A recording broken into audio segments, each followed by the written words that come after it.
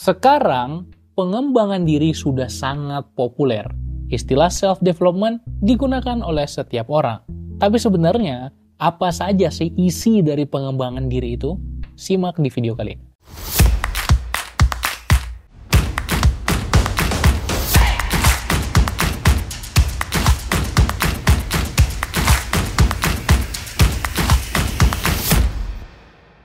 Hai, balik lagi bareng gue Umar di channel Pembelajar Produktif yang membahas seputar pengembangan diri dan produktivitas. Kali ini kita akan ngulik apa aja cabang-cabang terkait pengembangan diri atau self-development.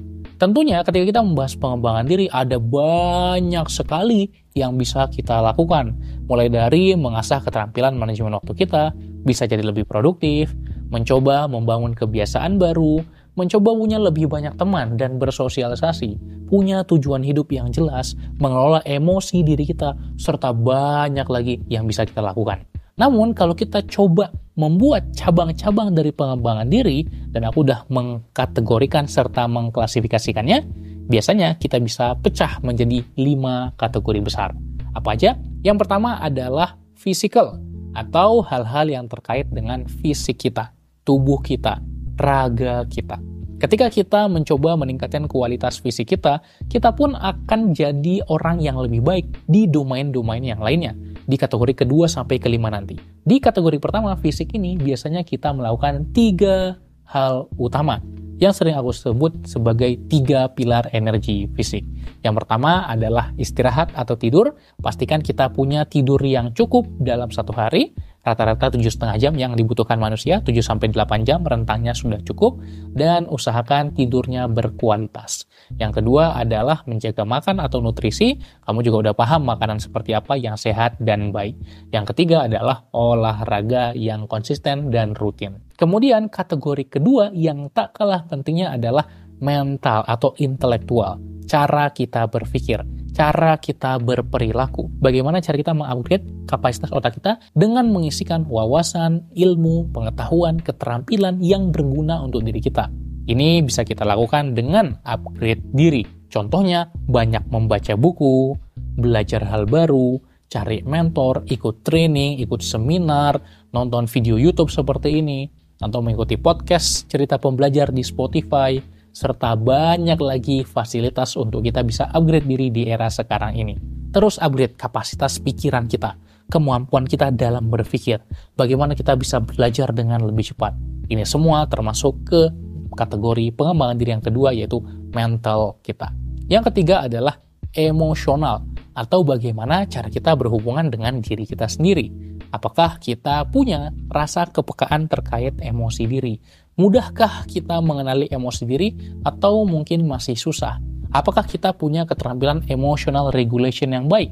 Ketika kita tahu emosi apa yang kita rasakan, kita tahu pula apa solusinya, apa respons yang harus kita lakukan.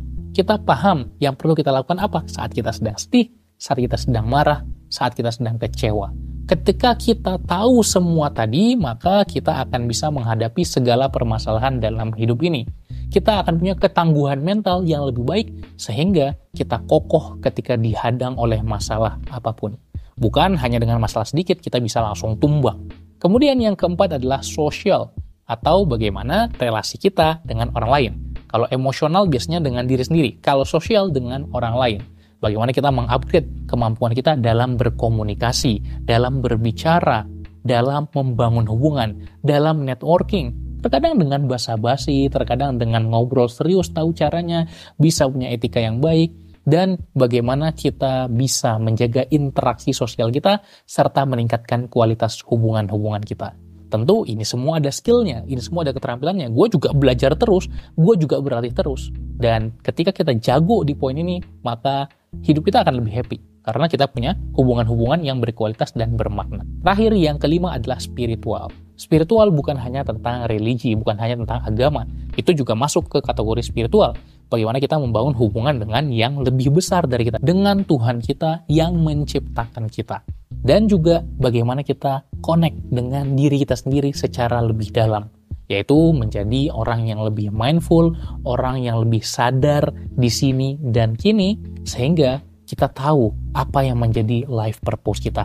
Apa sih yang kita kejar dalam hidup. Kenal betul-betul dengan diri kita. Tahu value atau nilai diri kita apa. Tahu goal-goal yang mau kita capai apa. Dan itu akan membuat kita merasa terkoneksi setidaknya dengan diri sendiri. Jadi itu dia 5 domain atau cabang-cabang dalam pengembangan diri. Physical atau fisik kita, raga kita, lalu mental atau pikiran kita, kemudian emosional atau hati kita, lalu sosial atau interaksi kita dengan orang lain, dan spiritual atau jiwa kita. Kalau sekarang, tuh lagi pengen prioritaskan yang mana? Silahkan, bisa tuliskan di komen. Semoga bermanfaat. Terima kasih. Jangan lupa komentar, bagikan ke sahabat lo, ke kerabat, atau teman lo. Subscribe Pembelajar Produktif, nyalakan channel notifikasinya. Sampai jumpa di video lainnya. Salam pembelajar.